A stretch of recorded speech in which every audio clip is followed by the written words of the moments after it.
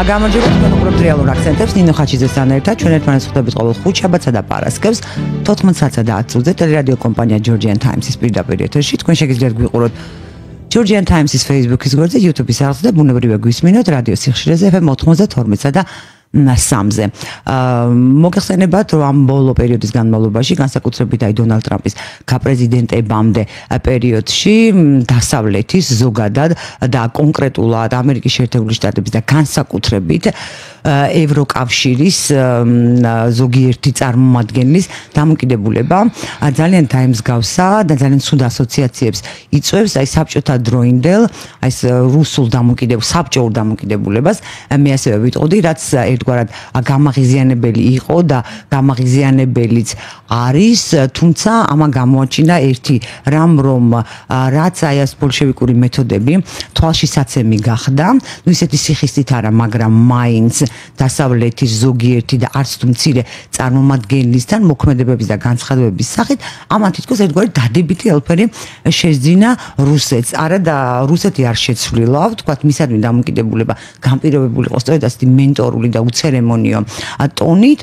და შესაბამისად ის რომ ვთქვათ მეორე მხარე ემსგავსება მას ეს სულაც არ ათავისუფლებს და ვთქვათ არ მოსავს დადებითი კონტექსტით იგივე რუსეთს მაგრამ ჩვენთან სამწუხაროდ აი ესე მოხდა რომ თუ ის ისე იქცევა დასავლეთი და ემსგავსება საბჭოურ პერიოდს მაშინ რაღაცა რუსეთი არის უკეთესი სწორედ აი ამ მოცემულობაზე მინდა ვისაუბროთ დღეს დღევანდელ ჩვენ სტუმართან კალვინ სოფიკო სოხაძეა ჩვენი სტუმარი ანალიტიკოსი ძალიან დიდი მადლობა რომ მონახეთ დრო და ეს შესავალი იმიტომ გავაკეთე კალვინ სოფიკო რომ აი ამაზე მინდა ვისაუბრო ეს არც კარგია და არც ცუდი არის მოცემულობა გამოვიდა რომ თქვა არც რუსეთი არც დასავლეთი ისეთი ტიპის მოყრები არ არიან ესეთი საყოველთაო ქართულით რომ თქვა როგორც ჩვენ წარმოგვედგინა ამ დროს მტრობა იცის ორივე და ორივე არის საშიში ხა ეს არც კარგი არც ცუდი ეს არის უბრალოდ მოცემულობა და საერთოდ დაუძლეველი და გამოუვალი სიტუაციები არ არსებობს უბრალოდ მოცემულობა კარგად უნდა გაიაზრო და შემდეგ ამ მოცემულობიდან იპოვო გამოსავალი აი ამ არსებული მოცემულობიდან რა გამოსავალი შეიძლება იპოვოს ისეთი ტიპის მოწყობის სიძლიერის ადგილმდებარეობის სახელმწიფომ როგორიც არის საქართველო მადლობთ ნინო მოწვევისთვის ძალიან საინტერესო კითხვა ის პროცესები რომელიც დღეს მსოფლიოში მიმდინარეობს და თქვენ უპირველეს ყოვლისა იგულისხმეთ ამერიკის შეერთებული შტატების ასე ვთქვათ პოზიციონირება დღეს მსოფლიო გეოპოლიტიკურ რუკაზე. რა თქმა უნდა ჩვენ უნდა გავიხილოთ გლობალური გეოპოლიტიკის კონტექსტში და მე ვიტყოდი რომ ეს არ არის აი კონტექსტიდან ამოვარდნილი ვთქვათ მოვლენები მე ვგულისხმობ ვთქვათ ტრამპის გაცხადებას ასე ვთქვათ გრენლანდიის კანადის პანამის ასე თქვა ტერიტორიული გაფართოების შესახებ. ეს შეიძლება ითქვას, რომ დღევანდელ მოცემულობაში ერთგვარად ლოგიკური სვლაც არის. ლოგიკური რა გაგებით.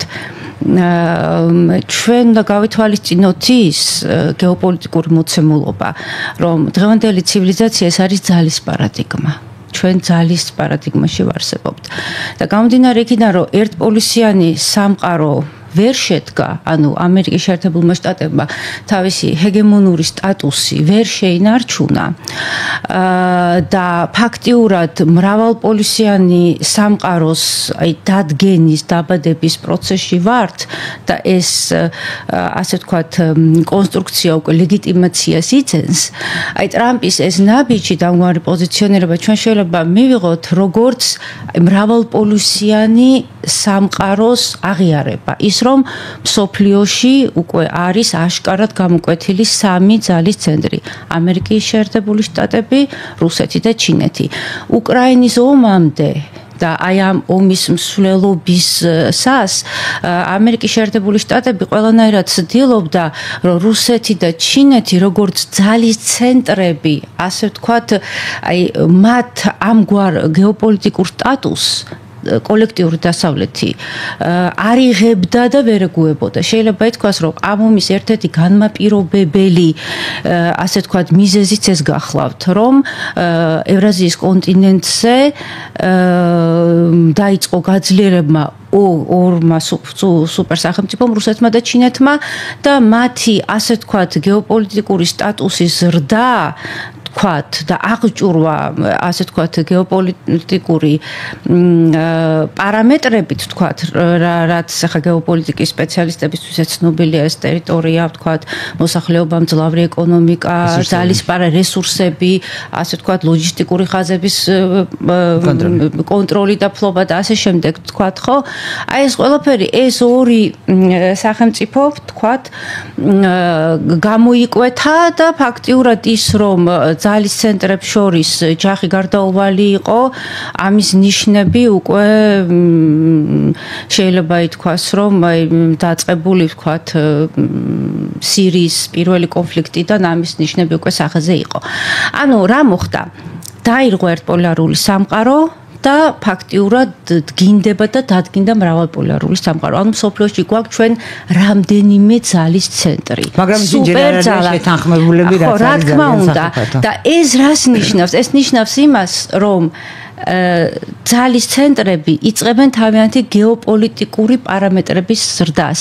ერთპოლუსიანი სამყაროს არსებობის შემთხვევაში ამერიკა ისედაც იყო ჰეგემონი, ერთპიროვნული მმართველი და მას ეს არ სჭირდებოდა, რადგან მას განუსაზღვრეს, თქვათ, არეალი, კონკრეტული არეალი, თქვათ, ხო ჩვენ ვხედავთ მონროს დოქტრინის რეაბილიტაციასაც, ასე თქვათ, მონროს დოქტრინა 1923 წელს შექმნილი ამერიკის შეერთებული შტატების ერთ-ერთი პრეზიდენტის მონროს დროს შექმნილი დოქტრინა, რაც ითვალისწინებდა ამერიკის შეერთებული შტატების სრულ ჰეგემონიას დასავლეთ ნახევარსფეროზე, ესე იგი ჩრდილოეთ და სამხრეთ ამერიკის აი ამ ორ კონტინენტზე, სამხედრო, პოლიტიკური, ეკონომიკური და ასე შემდეგ.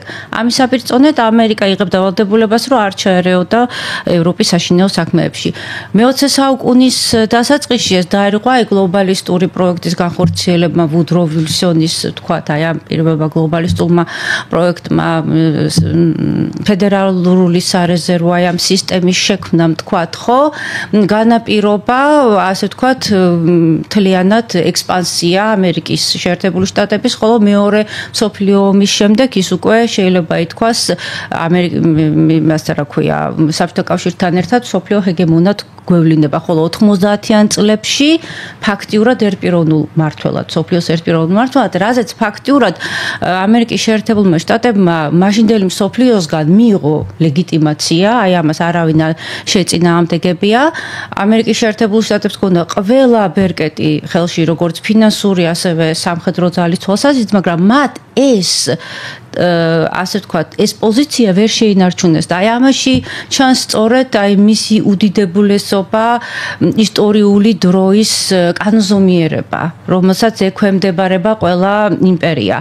ფაქტიურად აი გლობალისტური პროექტის განხორციელება, როდესაც ზღვის ცივილიზაციის ფლაგმანი ქვეყანა ცდილობს კონტროლის დამყარებას მთელ მსოფლიოზე და კონტინენტური ცივილიზაციის ქვეყნებზე, ეს თავის ეს თეორიულად ესე იგი ძალიან ისე ასე თქვა საკამათო საკითხია და ისტორიამ ეს დაადასტურა, იმიტომ რომ სოფლიო გეოპოლიტიკის კანონზომიერები ეყრდნობა ასე თქვა ერთი მხრივ სახელმწიფო ცივილიზაციის გეოპოლიტიკას და მეორე მხრივ საზღვაო ცივილიზაციის გეოპოლიტიკას და ეს არის მოცემულობები, ასე თქვა კანონზომიერებები, რომელიც მრავალ კომპონენტს ეყრდნობა და როგორც ჩვენ სოფლიო გეოპოლიტიკა განწირულია იმისთვის, რომ აი მუდმივ აი ამ დიალექტიკაში იარსებობს, ანუ საზღვაო და სახმელეთო ცივილიზაციის მუდმივ ჭიდილში. თუმცა საზღვაოს ყოველში პირატესობა აქვს და საკონტინენტები. გეთახმებით, ანუ სუმირება რომ მოვახდინოთ, მე იმის თქმა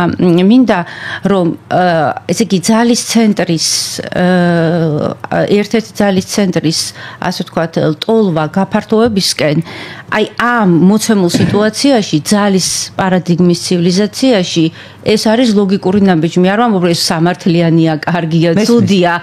უბრალოდ ეს არის ლოგიკური სვლა ამერიკის შეერთებული შტატების მხრიდან, რადგანაც მისი კონკურენტები, თქვათ, რუსეთი და ჩინეთი ძალიან მარტივად რო ახსნათ, ორ პარამეტრში, როგორც არის ტერიტორიის მოცულობა, მოსახლეობა, აშკარად აღემატებიან ამერიკის შეერთებულ შტატებს ამ ორ კომპონენტებში. ამიტომ ის, როგორც ძალის ცენტრი, იწყებს თავისი გეოპოლიტიკური პარამეტრის გაზრდას. აი, უფრო სწორი ტერმინი ის იქნებოდა.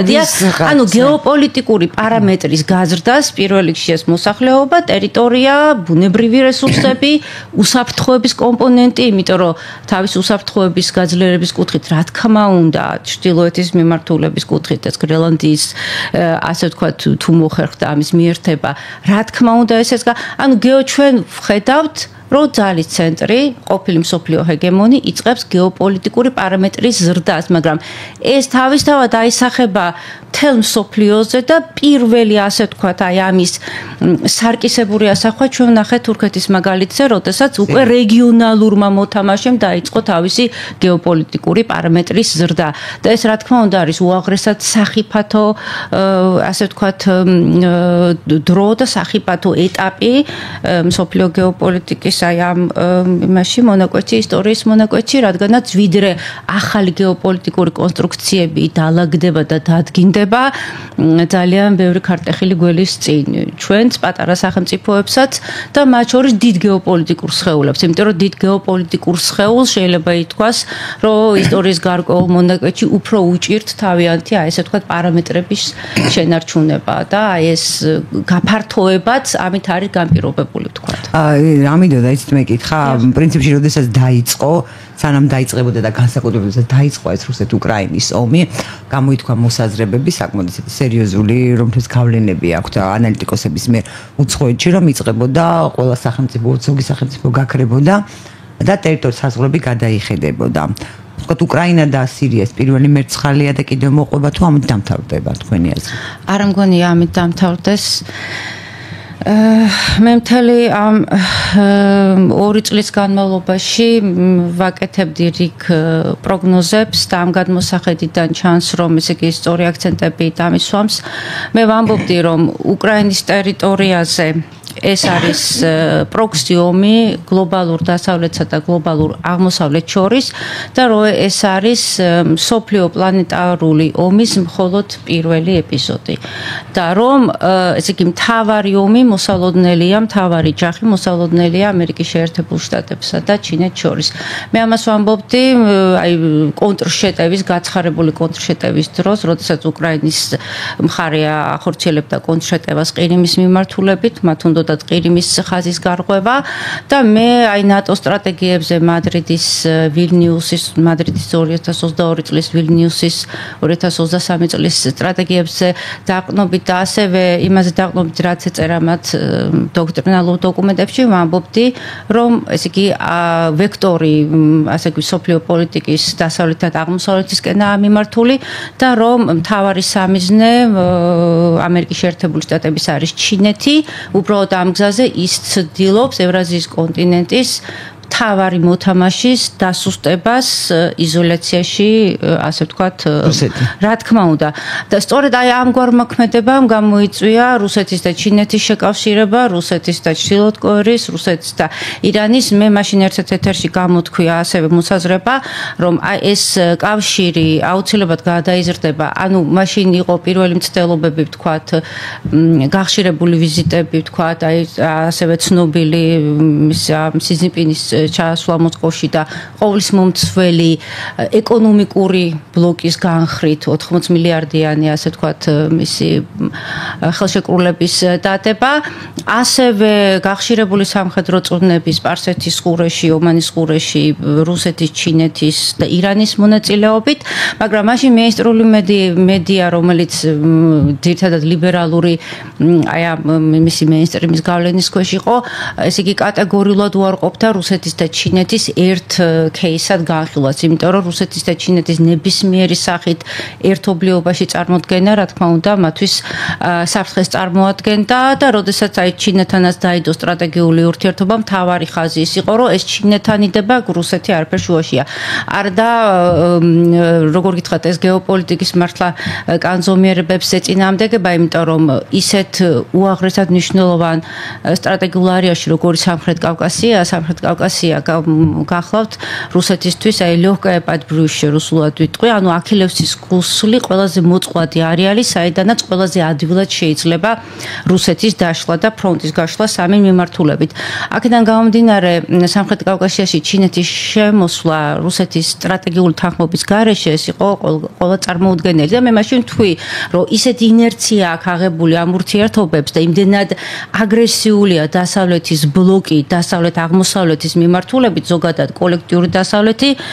კოლექტიური აღმოსავლეთის, ანუ ერაზიის კონტინენტის მთავარი მოთამაშეების ძალის ცენტრების მიმართ, რომ აუცილებლად ეს გამოიწვევს საპირისპირო რეაქციას და აუცილებლად ჩვენ ვნახავთ სამხედრო პოლიტიკურ სტრატეგიულ მოკავშირეობას რუსეთ-ჩინეთს, რუსეთ-ირანს და ძალიან ესე იგი მწვავე კრიტიკა მივიღე მაშინ რომ ამეტებო, მაგრამ დღევანდელ დღეს ეს უკვე რეალობაა. 17 იანვარს გაფორმდა სამხედრო სტრატეგიული კავშირი რუსეთსა და ირანს შორის.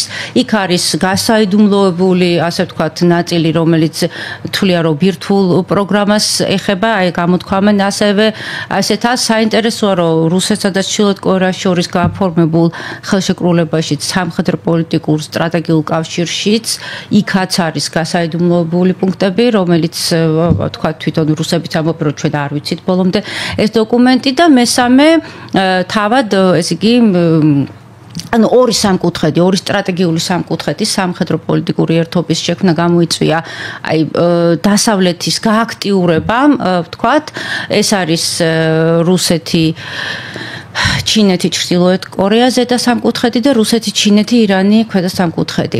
და იმთავითაც მინდა თქვა რომ ნებისმიერი ესე იგი ყველაფერი რაც კი ხდება ევრაზიის კონტინენტზე და ზოგადად სოფლიო კუნძულზე, ევრაზიის კონტინენტს პლუს აფრიკის კონტინენტი, როგორც მაკინდერი უწოდებს, სოფლიო კუნძულზე რაც კი ხდება, მნიშვნელოვანი მოვლენაა სამხრეთ კავკასია იქნება, ახლო აღმოსავლეთი, კასპიის ზღვისა და შავი ზღვების მიმდებარე სტრატეგიული არეალები თუ მცირე აზია ეს იმდენად დომინანტური ძალაა და იმდენად აი მართლა დიდი გეოპოლიტიკური, ასე ვთქვათ, წონის მქონე ძალაა ეს ორი სამკუთხედი, რაც ვახსენე, რომ ნებისმიერი პროცესის უკან დგას მათი გავლენა და აი მათი ყურები ჩანს, ასე ვთქვათ, და ნებისმიერ პროცესში რაც ხდება ევრაზიის კონტინენტზე, მათი ჩართულობა, ირიბით უპირდაპირი ჩართულობა არის, ასე ვთქვათ, გარდაუვალი და ეს ახლო აღმოსავლეთში განვითარებულ მოვლენებზე ჩანს.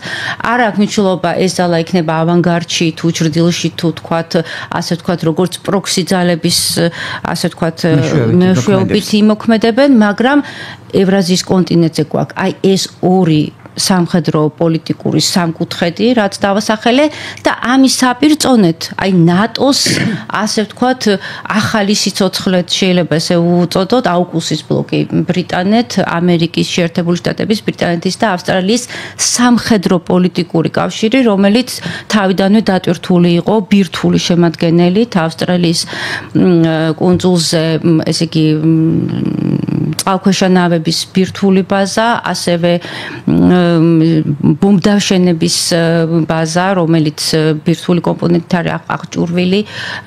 ფაქტიურად ავსტრალია არის ერთ-ერთი სამხედრო გამაგრებულ პუნქტად ქცეული და რა თქმა უნდა, მთავარი მიმართულება ეს არის ინდოწყნარი ოკეანის აუზი, სადაც მოსალოდნელია ძალიან დიდი ჯახი ევრაზიის კონტინენტის თავარ მოთამაშეებსა და აი ზუსტად აუგუსტის ბლოკ შორის, რაც არის ამერიკის შეერთებული შტატები და ბრიტანეთის, ასე ვთქვათ, ეს სამხედრო პოლიტიკური ერთობა. აქვე ასევე საინტერესოა.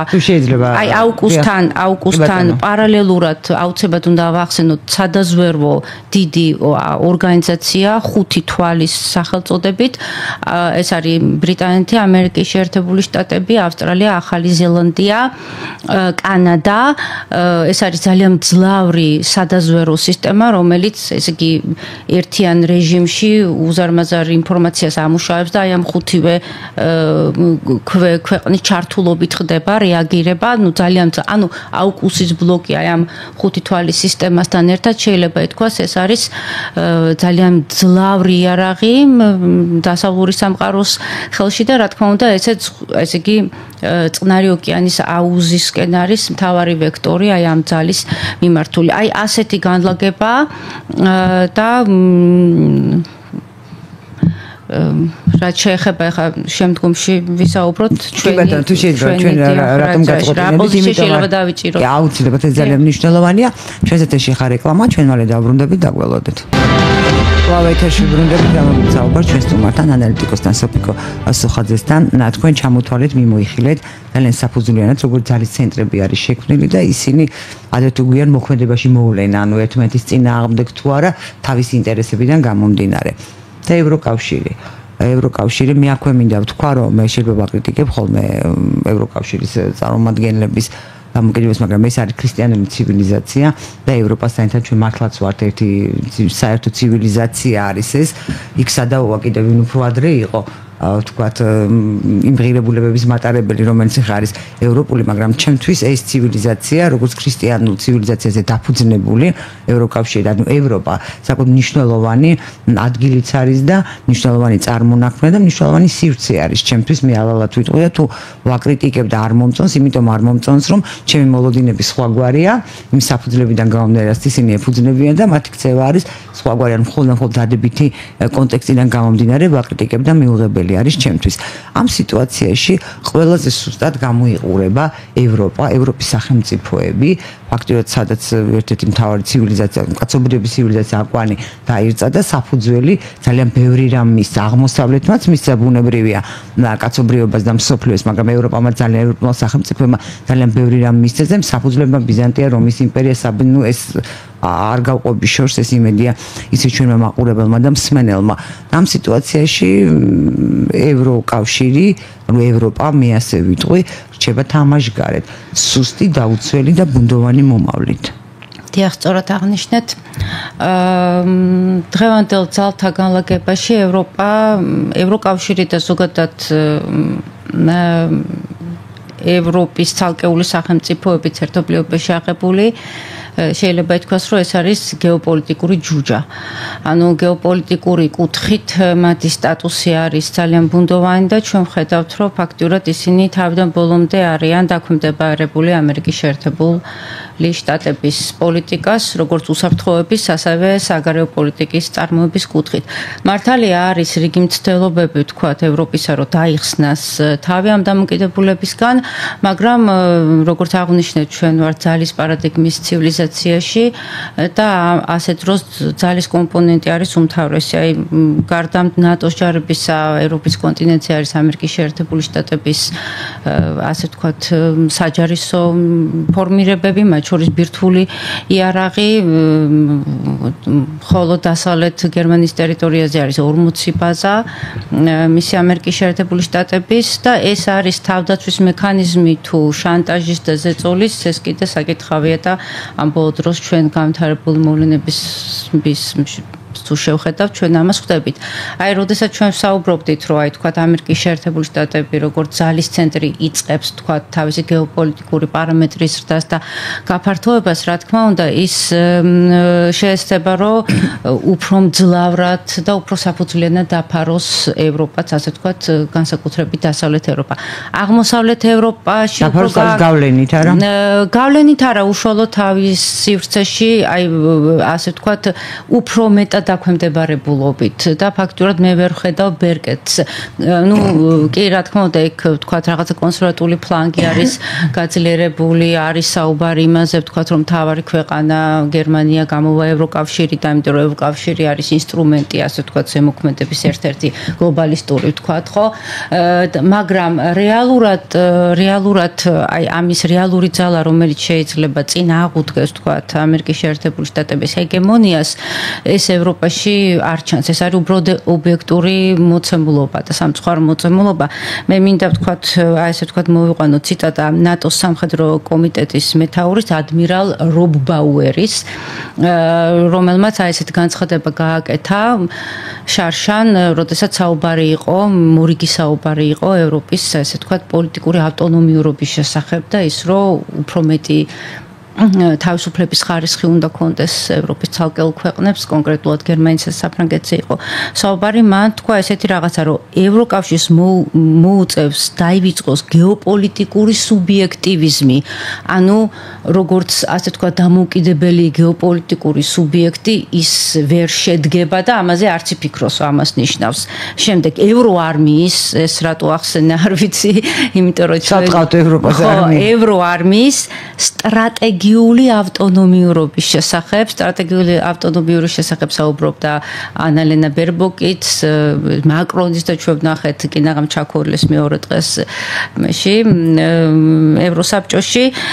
ანუ სტრატეგიული ავტონომიურობა, თქვა ცალკეული ქვეყნის ან ევროკავშირის დამოუკიდებლად, თქვა ამერიკის შეერთებული შტატებისგან ესეც მითიაო და რაც ყველაზე საინტერესო და ამერიკის შეერთებულ შტატებს გაუყოს თავისი კეთილდღეობა. რომ ამერიკელები თვლიან, რომ კეთილდღეობის ის ხარისხი, რაც აქვს ევროპელებს, ეს არის შეუსაბამო მათ გეოპოლიტიკურ სტატუსთან, მოკლედ. გამდინარე იქიდან, რომ უსაფრთხოების კომპონენტში თავიდან ბოლომდე არიან ამერიკის შეერთებულ შტატებს დამოკიდებული და აი ტრამპის ეს ისიც რომ თქვენ 2 კი არა 5% უნდა დახარჯოთ თავდაცვის ხარჯებზე და თუ თქვათ თქვენ ამას არ გააკეთებს, საერთოდ თქვენ თვითონ მიხედეთ თქვენ თავს და ასე შემდეგ, აი სწორედ ეს აი ამ ოპერიდანა ეს ყველაფერი. ამიტომ რა შეეცით საქმე? ნუ ამას ისიც არ თულებს, რა თქმა უნდა, ცივილიზაციურად დასავლეთ ევროპა, ამერიკის შეერთებული შტატები, ბრიტანეთი ეს ერთი ცივილიზაციური პლასტია. ხოლო რაც შეეხება აი თქვენ რაც ახსენეთ, თქვათ აი კულტურული პოზიციონირება ძველი ბებერი ევროპის სამწუხაროდ გეოპოლიტიკაში ამას არანაირი მნიშვნელობა არ აქვს. გეოპოლიტიკა ისე არის აგებული. არა, მე თქვი ჩემი დამოკიდებულება. აბსოლუტურად გეთანხმებით, მეც ესეთი განწყობით გახლავართ, მაგრამ სამწუხაროდ არასდროს სოფლიო პოლიტიკაში და გეოპოლიტიკაში ამას არანაირი, ასე ვთქვათ, კონვერტირება ამის, ასე ვთქვათ, პოლიტიკურ დივიდენდში სამწუხაროდ ამისი არ ხდება. და აი ეს ასე არის.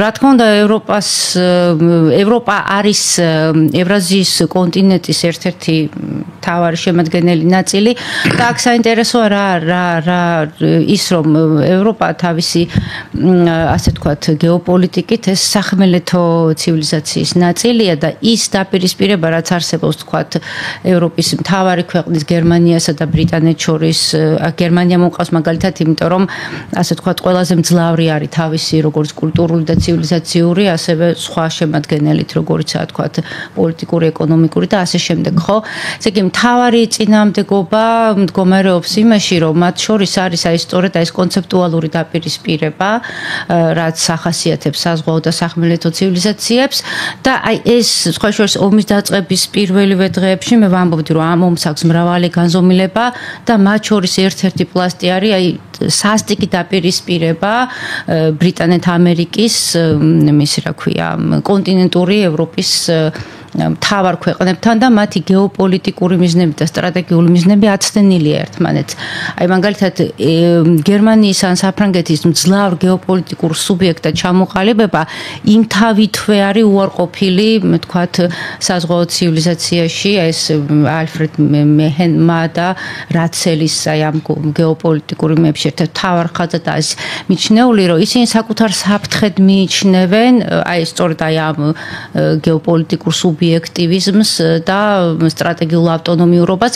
ანუ მათი ერთ-ერთი მთავარი მიზანი არის ის, რომ ევროპის კონტინენტზე რომელიმე მძლავრი სახელმწიფოს ირგვლივ გაერთიანება და გეოპოლიტიკური მაღალი სტატუსით აღჭურვა მათთვის იმთავითვე მიუღებელია და ეს არის ძალიან სასტიკი დაპირისპირება, რომელსაც ძალიან ღრმა ისტორიული ფესვები აქვს, განსაკუთრებით ბრიტანეთ-გერმანიის დაპირისპირების კუთხით.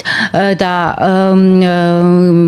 სოფლიო გეოპოლიტიკის ერთ-ერთი ფუძემდებლის კარლ ჰაუსჰოფერის, რომელიც გერმანული კონტინენტური გეოპოლიტიკის სკოლის ერთ-ერთ ფუძემდებლად და მამამთავრად ითვლება, ის თვლიდა, რომ ევროპა უნდა იყოს ჩართული საერთო ევრაზიის უსაფრთხოების არქიტექტონიკაში და მას ჰქონდა ესეთი სქემა: ბერლინი, მოსკოვი, ტოკიო.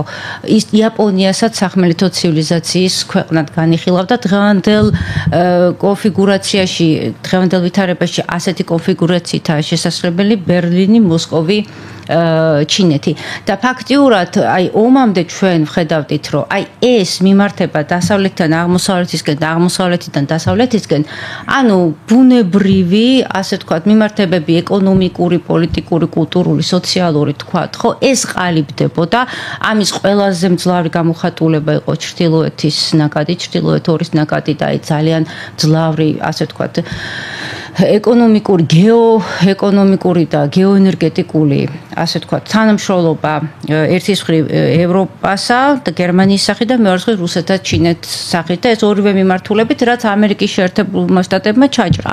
იმიტომ რომ მათ გეოსტრატეგიულ ინტერესებს ევრაზიის კონტინენტზე ეს ეწინააღმდეგებოდა და ზოგადად ფუნდამენტური საკითხი საზღვაო ცივილიზაციის გეოპოლიტიკაში გახლავთ რომ არამც და არამც არ დაუშვან ერთის მხრივ გერმანიის და მეორეს მხრივ რუსეთის ასე ვთქვათ რაიმე სახით შეკავშირება რადგან აი ასეთი რადგან ეს არის აი როგორ გითხრათ აი მთავარ ესე იგი ხაზად გაზდებს თელ გეოპოლიტიკას რადგანაც აი ამ ორი სუპერძალის შეერთების შემთხვევაში ანგლოსაქსები კარგავენ გავლენას ევრაზიის კონტინენტზე, ანუ რასაც ისინი უწოდებენ შუაგული მიწა, თქვათ ხო, ჰარტლენდი.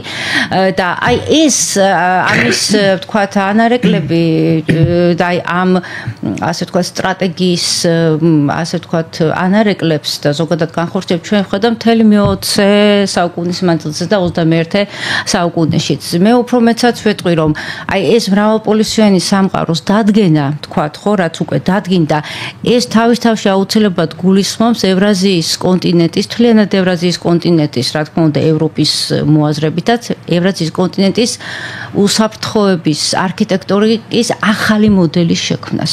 ეს თავისთავად გამოიწვევს ამას და ამ კონფიგურაციაში ჩართულები იქნებიან, რა თქმა უნდა, ძალის ცენტრები, ამერიკის შეერთებული შტატები, რუსეთი, ჩინეთი და გამომდინარე იქიდან რუსეთი და ჩინეთის, ესე იგი, შემდგომი განვითარება განსაკუთრებით ჩინეთის ეკონომიკური კუთხით გარდაუვალია და ჩვენ ხედავთ რომ გლობალური სამხრეთის ასე ვთქვათ უკვე სერიოზულ ძალად ყალიბდება ინდოეთი არის მთავარი ფლაგმანი აი გლობალური სამხრეთის ქვეყნებში ხო ევრაზიის კონტინენტზე გეოპოლიტიკის ფუნდამენტური კანონზომიერებებიდან გამომდინარე ძალთა გაწონასწორების და შეპირისპირების აი ფუნდამენტური აი ამ ლოგიკიდან გამომდინარე ევროპას ეძლევა საშუალება რომ სწორედ ევრაზიის კონტინენტის ამ მონსტრებს დაეყრდნოს, რათა გააწონასწოროს აი ეს ამერიკის შეერთებული შტატების ესეთი ასე ვთქვათ აგრესიული პოლიტიკა. ეს არის უბრალოდ მოცემულობა და მე ამ მოცემულობას ვხედავ, ეს არის შესაძლებლობა გაბედავენ თუ არა ევროპელები აი ამის განხორციელებას ეს რეალური კონსტრუქცია. ეს არის რეალური კონსტრუქცია და ასეთ შემთხვევაში შეიძლება ითქვას რომ ეს იქნებოდა ძალიან ბუნებრივი და თავისთავადი კონსტრუქცია, იმიტომ რომ ევროპა არის ევრაზიის კონტინენტის განუყოფელი ნაწილი და ცალკე ევროპაში რაიმე განცალკევებული გეოპოლიტიკური კონსტრუქციის შექმნა, გეოპოლიტიკური კონსტრუქცია უპირველეს ყოვლისა ეს უსაფრთხოების კონცეფცია, ხო? გამოცალკევებით რუსეთისგან და ჩინეთისგან, რუსეთის და ჩინეთის სტრატეგიული ინტერესების გათვალისწინების გარეშე და მით უმეტეს მათ საწინააღმდეგოდ, ეს არის utopia. ამაზე საუბრობენ თვითონ ევროკავშირშიც, ასე ვთქვათ, საღადმოაზროვნე ადამიანები, ეს არის utopia, ეს არის განუხორციელებელი რამ, ესე იგი ამერიკის შეერთებულ შტატებს რა თქმა უნდა სურს რომ ამოგლიჯოს ევროპა ამ საერთო კონტექსტიდან, მაგრამ მე ვფიქრობ რომ აი ის ტენდენციები რაც ახლა მსოფლიოში ვითარდება და ჩვენ ვხედავთ რომ პოლიტიკა მთლიანად ვექტორი პოლიტიკის ეკონომიკის აღმოსავლეთისკენ ინაცვლებს და აღმოსავლეთი ძლიერდება ეს არის რეალური შესაძლებლობა ევროპა დაეყნოს ამ ძალას და მართლაც ასე ვთქვათ მოიპოვოს ასე ვთქვათ გეოპოლიტიკური სუბიექტივიზმით და სტრატეგიული ავტონომიურობა და მე ვფიქრობ რომ არანაირი ექსპანსიონისტური მიზნები არც რუსეთს და მით უმეტეს ჩინეთს აი ვთქვათ ევროპის მიმართულებით გაფართოების მათ არ აქვთ უბრალოდ მათთვის თავარია აი ეს ნატოს გაფართოების აი დიახ აი როგორც ფუნდამენტური საკითხი რა თქმა უნდა ფუნდამენტური საკითხი რუსეთისთვის რადგან ეს არის თლიანად მისი მიმდებარე სტრატეგიული არეალების უსაფრთხოება, როგორც ძალის ცენტრი, ეს ბუნებრივი მოვლენაა. ზუსტად ამ ლოგიკიდან გამომდინარე იწყებს გაფართოებას ამერიკის შეერთებული შტატები თავის გეოპოლიტიკური, ასე ვთქვათ, პარამეტრის ზრდას და რა თქმა უნდა, ეს ნატოს აღმოსავლეთით გაფართოება, ეს რა თქმა უნდა, უქმნის საფრთხეს არა მხოლოდ ევრაზიის მშვიდობასა და სტაბილურობას, არამედ მსოფლიო გლობალურ უსაფრთხოებისთვის დღევანდელ დღეს არის ეს უკვე სერიოზული საფრთხე და ამის ნახოთ პერიფორმატირება რა და როგორ მოხდება რუსეთსა და ამერიკის შეერთებულ შტატებს შორის, ასე ვთქვათ, მოლაპარაკების დაწყება და შეთანხმება, რაღაც თავიანთი შეჯერება, ვთქვათ, თავიანთი, ასე ვთქვათ, პოზიციების, ეს გარდაუვალია და მთელი მსოფლიო ფაქტიურად ელოდება ამ პროცესს. გადავალთ კი არ მინდა რომ ჩვენ ვისაუბროთ რას ამბობს გეოპოლიტიკის ძირითადი კანონები ისეთ ტიპის სახელმწიფოებზე როგორც არის საქართველო, ასეთ ვითარებაში, ასეთ რეგიონის სამხრეთ კავკასია, აქ რა რყევები არის მოსალოდნელი. საბედნიეროდ ის სამი ცხელი მე ამას ვიმეორებ ხოლმე ხშირად სამი ცხელი წერტილი მოიაზრებოდა ხო უკრაინა, ახლო აღმოსავლეთის სამხრეთ კავკასია, ორივე ეს კი ბატონო ხო შუა აზიაც, ახლო აღმოსავლეთს მივაკუთვნოთ კი ეს ცენტრალური აზია ქვია, მაგრამ მაინც ეს დიდი ახლო აღმოსავლეთია მაინც და ის სამხრეთ კავკასია ჯერჯერობით და ამ შუა აზიის აი ხუთ სახელმწიფოში ჯერჯერობით ღვთისმშეწევნით არაფერი ხდება. ეს ნიშნავს, რომ ამ საფრთხის ტალღა გადაგორდა, თუ უბრალოდ გადავადდა და რა რყევები არის მოსალოდნელი აი იმ უშუალოდ ჩვენ საცხოვრებელ რეგიონში, სამხრეთ კავკასიაში და ამ ჩვენ გაყოლება ცენტრალურ აზიაში. მე ადრეს ვაკეთებდი პროგნოზს და ამაზე არაერთი სტატია დამიწერია, რომ აი იმ დიდი ჯახის წინ ინდოწყნარი ოკეანის აუზში მოხდება ყველა გეოსტრატეგიული არეალის და გეოპოლიტიკური პლასტის მოძრაობაში მოყვანა და აყირავების მცდელობა. იმ მიზნით, რომ რუსეთს და ჩინეთს დააგდებინონ ინერცია, ვთქვა და რაც შეიძლება მეტი რესურსი დახარჯონ. ახლო აღმოსავლეთში განვითარებულ მოვლენებს მე მხოლოდ ამ კონტექსტში განვიხილავ. სამხრეთ კავკასია, ახლო აღმოსავლეთი, დასავლეთის თითქმის ყველა სამხრეთ გეოპოლიტიკურ დოქტრინაში ეს ერთიან სივრცედ არის წარმოდგენილი, აქ ყველაფერი ერთმანეთთან არის გადაჯაჭვული და მე ვფიქრობ, რომ აი ჩვენ სწორედ ამ პროცესში ვართ, როდესაც ხდება თავისთავადად ხდება, იმიტომ რომ რაღაც პროცესი ჩაშვებულია და თავისი ლოგიკის ძალით მინდის ყველა გეოპოლიტიკური პლასტის გააქტიურება. დასავლეთ ფლანგზე ჩვენ ნახავთ დროებით გაყინვას სიტუაციის, მაგრამ ეს არის როგორ გითხრათ, საკმაოდ დიდი არა მთლიანად დასავლეთი ფლანგი რუსეთის, ანუ მე გულისხმობ ინტერმარიუმი, ანუ ზღვათა შორისი ბალტიისპირეთიდან შავ ზღვამდე, შემდეგ უკვე ესე იგი ეს უკრაინის ხაზი რაც არის, შავი ზღვის სტრატეგიული არეალები, თავად რა მდგომარეობა მადრიდის სამიტის შემდეგ რაც იყო დასახული, მაშინ თქვათ ხო, ესე იგი 240-250,000 მუდმივი რეაგირების შეყვანა ბალტიისპირეთში ეს განხორციელდა, თქვათ აქტიური სამხედრო კომპონენტი დატვირთვა მთლიანად აი ამ ინტერმარიუმის ხაზის განხორციელდა და ამის ბოლო ასე ვთქვათ აკორდი არის რუმინეთში ძალიან დიდი გრანდიოზული ნატოს ბაზის შენება, სადაც F-16-ები დიდი ხანია უკვე იქ დგას, აი ბირთვული კომპონენტით აღჭურვილი.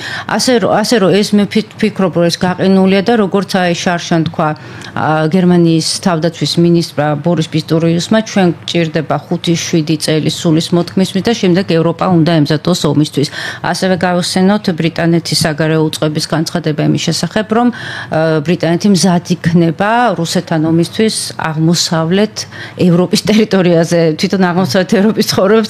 ანუ მე ვფიქრობ, რომ ეს არის დროებით შეჩერებული და 5-7 წელი მათ ჭირდება პერიფორმატირებისთვის. შავი და კასპიის ზღვის მიმდებარე სტრატეგიული არეალები ისევ რჩება ცხელ წერტილად და სამხრეთ კავკასიის გეოპოლიტიკური კონსტრუქცია ძალიან დიდხანს არ დამყარდება და შეიძლება მე ესეთი განცდა მაქვს, რომ ყველაზე ბოლოს შეიძლება სწორედ ეს გეოპოლიტიკური პლასტი დაალაგდეს ინდოეთის ოკეანის აუზში, როდესაც გაირკვევა აი ამ დიდი ტიტანების ბრძოლა. მას შემდეგ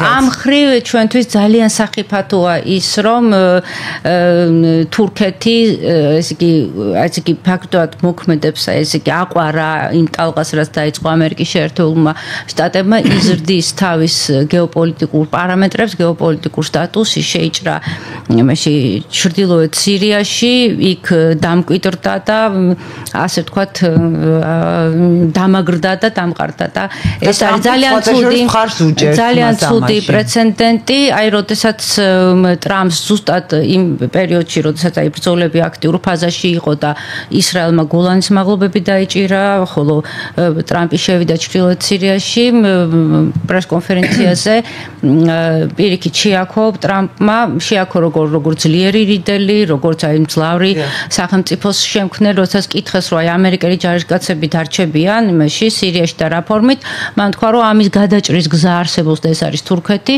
და რომ ის ამერიკის შეერთებული შტატები შეიძლება იყოს ეფექტური თავის წევრ პარტნიორ თურქეთთან ერთად და ის რომ თქვათ სირიაში აი ეს ვთქვათ, რაც მოხდა ბაშარ ასადის რეჟიმის ცვლილება, ვთქვათ, ხო, ეს პროთურქული ძალების მეშვეობით მოხდა, კერძოდ აი მისი, რა ქვია, ჰაიათ თაჰრი ალ-შამის, რომლის ლიდერი ალ-ჯულანია ხადროებითი პრეზიდენტია, ვთქვათ, ხო, ეს ყველასთვის ცხადია და ტრამპი აი ამ იმის ბოლოს პრესკონფერენციის ბოლოს ამბობს, რომ სირიის გასაღები ეს არის თურქეთის ხელში. ანუ სირიის გაფართოება და მისი გეოპოლიტიკური პარამეტრის გაზრდა, რა ქვია, თურქეთის უпростоრად ტრამპმა დადებითად მიიღო, ეს არის ასე ვთქვათ ძალიან დიდი საფრთხის შემცველი ჩვენთვის, იმიტომ რომ ესე იგი სირიაში რაც ხდება, არა ზოგადად სირიაში რაც ხდება, მას აქვს ყოველთვის სირიაში მიმდინარე პოლიტიკურ მოვლენებს განვითარების ორი ვექტორი თავისთავად ჩადებულია, ეს არის ირანი და ეს არის სამხრეთ კავკასიის გავლით ჩრდილოეთ კავკასიის მიმართულება და როდის რა მასში ვითარებაში ეს გააქტიურდება დღევანდელ დღეს, როდესაც არავინ ფაქტიურად მთელი მსოფლიო შეეცვია ამ დაირღვა ძველი წესრიგი საერთაშორისო სამართალი საერთოდ აღარ მოქმედებს და ასე ვთქვათ საზღვრების ცვლილება ეს ჩვეულებრივი ამბავია ჩვენაერ ქვეყანას, რა თქმა უნდა, ძალიან დიდი სიფრთხილე გმართებს. მე მინდა ვთქვა ერთი რამ, რომ ეს დიდი გეოპოლიტიკური ძვრები ჩვენაერ ქვეყნებს უჩენს ასევე დიდ შესაძლებლობებს, სწორედ აი ამ რღვევის და აყირავების პერიოდში ჩვენ შესაძლებელია, რომ ჩვენც ასე ვთქვათ ავიმაღლოთ ჩვენი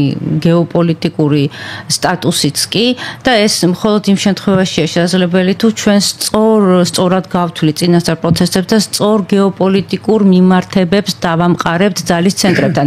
ეს ძალიან რთულია, მაგრამ მე რასაც ვაკვირდები, ჩვენ ამ გზაზე ბეწვის ხიდზე გავდივართ, ფატალური შეცდომა არ დაგვიშვია და ნელ-ნელა გავდივართ ფონს. ეხლა ყველაფერი დამოკიდებულია იმაზე, ძალის ცენტრები როგორ შეთანხმდებიან, როგორ დაალაგდებიან და ჩვენ არ გაუშვათ ხელიდან ის საბედისწერო დრო და ზუსტად მივხვდეს ჩვენ როდემდე გვაქვს, ასე თქვათ, დრო და შესაძლებლობა, რომ ლავირება მოვახდინოთ ძალის ცენტრებს შორის, ანუ ლავირების რესურსი სადამდე გვაქვს, როდის ამოგვეწურება ლავირების რესურსი და როდის მოგვიწევს გეოპოლიტიკური არჩევანის გაკეთება. კარგი იქნება თუ ჩვენ ამას ავწდით და ისე დაალაგდა, რომ ძალის ცენტრებმა აქ თავიანთი, ასე ვთქვათ, პოზიციები შეაჯერონ და ეს არ მოხდეს ჩვენი სახელმწიფოს დანაწილების ხარჯზე ეს და მაგრამ თუ ჩვენ ამას ვერ ავწდით, მაშინ ჩვენ მოგვიწევს გეოპოლიტიკური ასე თქვა არჩევანის გაკეთება და ამ დროს გმართებს ძალიან დიდი სიბრძნე და ცივი გონებით განსჯა და აი სახელმწიფო ინტერესებიდან ამოსვლა, რა თქმა უნდა. ძალიან დიდი მადლობა. ჩვენ ახლა რეკლამის გამო უნდა დავემშვიდობოთ მცირე ხნით ერთმანეთს და დაგიბრუნდებით ეთერში მეორე სტუმართან ერთად დაგველოდეთ. პოლიტიკა, საზოგადოება, ეკონომიკა ანალიტიკა, საექსპერტო აზრი, უცხოეთის სიახლეები. ყოველ ხუთშაბათს და პარასკევს 14 საათსა და 10 წუთზე რეალური აქცენტები ნინო ხაჩიძესთან ერთად. რადიო ჯორჯიან ტაიმსის სარეკლამო სამსახური 293-44-05. შპს ეიფოსი ენერგოძალოვანი სისტემები გთავაზობთ საქართველოს მასშტაბით დიზელ გენერატორების გაქირავებას, შეძენას, მონტაჟს, სათადარიგო ნაწილებს, ასევე მონტაჟის შემდგომ მომსახურებას, ხარისხის გარანტიით. საკონტაქტო ნომერი 03-215-15-25 55-8-72-52-58. თბობა გაგრილების სისტემის ყველა წამყვანი ბრენდი და ყველაზე ფართო არჩევანი მოდუსში. ვიევო, ელექტროლუქსი, ბალუ, როიალ თერმო, მოდი მოდუსში. ან შეიძინე ონლაინ. modus.g 032-06-01-01. მოდუსი. აშენე მომავალი დღეს. აგნეს საწინააღმდეგო ფორმულა ფრანგული ბრენდისგან SVR. გამოირჩევა ცხიმის მარეგულირებელი და გამონაყარის სამკურნალო მოქმედებით. SVR. მხოლოდ PSP-ში. დაეუფლე ყველაზე მოთხოვნად პროფესიას და მიიღე დასაქმების 100%-იანი გარანტია. ოშე ჯორჯიაში დაიწყო შრომის უსაფრთხოების აკრედიტირებულ კურსებზე მიღება თბილისსა და ბათუმში. იჩქარე და დარეგისტრირდით ვებგვერდზე oše.g. დეტალებისთვის დაგვიკავშირდით 599-1800-20. რადიო ჯორჯიან ტაიმსის სარეკლამო სამსახური 293-44-05.